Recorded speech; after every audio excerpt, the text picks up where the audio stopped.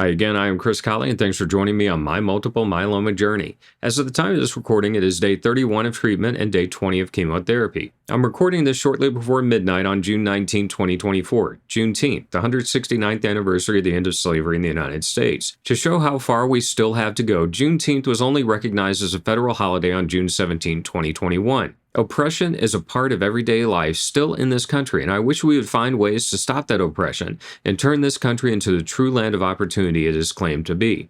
June 19th is also my father's birthday, and I was estranged from him from the age of 15 to when he died when I was 19 after freshman year in college. He died 10 days after his 53rd birthday, and it's not lost on me that I turned 53 this year.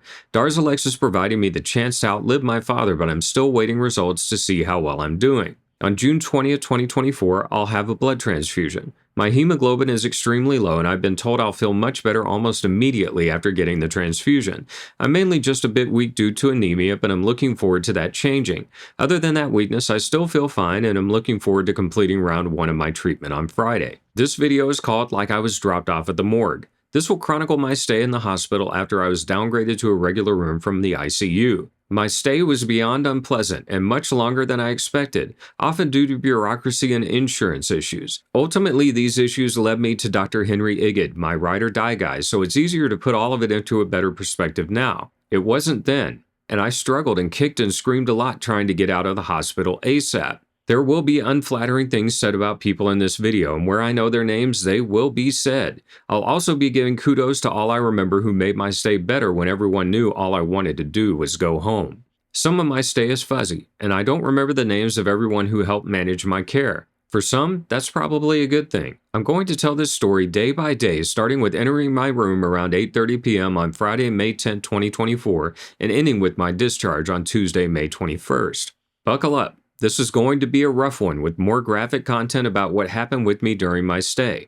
I will be sugarcoating some of this because it got very dark for me a couple of days early into my regular room stay. I'm way past any darkness now and have moved my life into forward mode versus past mode. What was needed to be done was done, and now it's time to do what's needed to be done next.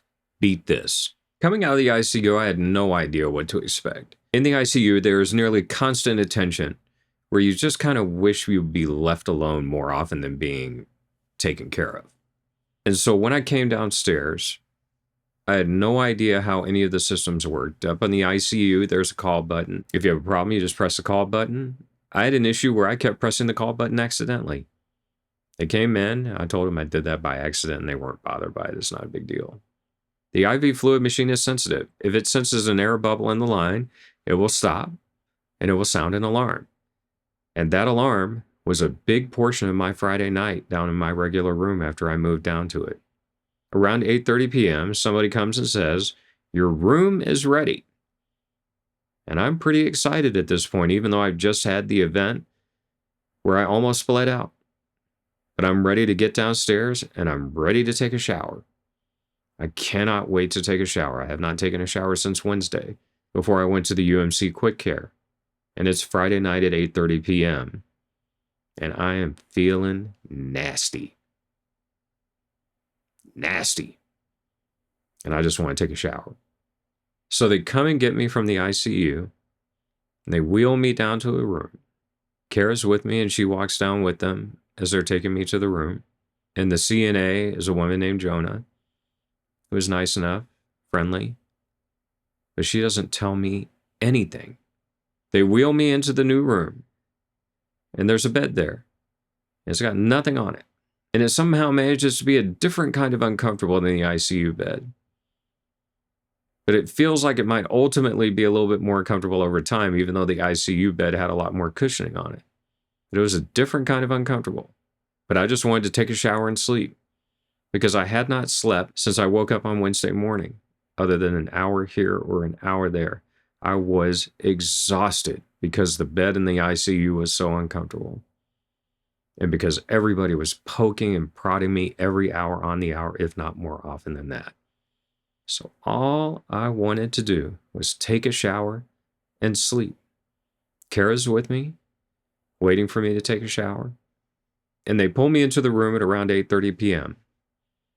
I ask about the shower, and Jonah tells me that the nurse on duty would have to set me up for that, tell me what to do. That's 8:30. I got no instructions of how the call system worked, how the alarm system worked, what I should be doing, or anything. It was just me saying I'd like to take a shower, and Jonah saying that the nurse would be in to let me know how that would go. And she left. It felt like I was dropped off in the morgue because there was no information. Nobody said anything. I had just come out of the ICU, and I had no idea what was going on. And finally, at around 10 p.m., the nurse, Sarit, who was on duty that night, came in, introduced herself to me. She was nice enough. She was fine. But she was tuned out. I don't know if she switched shifts with somebody and she didn't want to be there on that Friday night, but she was tuned out at a time where I needed somebody who was tuned in. And I asked her about taking a shower, and it basically was Jonah just coming in and wrapping my arm because I had an IV lead that needed to be covered, and that's not even how that should have been done. When my next day's nurse came in and I wanted to take a shower again, he took a glove because my IV lead was right here in my hand. So obviously that would be a hard thing to deal with in a shower. But what he did is he came in and he got a medical glove and he put it up on top of there, and then he wrapped my hand with tape, that glove, and I could go in and take a shower like it was nothing. And this is nothing against Jonah, but she didn't know how to do that. And that was a really simple way that I could just get right in the shower, be wrapped up and not worried about it, and still have total mobility with my right hand. So Kara's still with me at this time, waiting for me to take the shower. I get in, I take the shower, I get clean. Man, what a great feeling that was. Not having taken a shower since Wednesday. All the nastiness I had to go through in ICU. And I get out of the shower, probably about 10:45. Kara stays around till a little before midnight.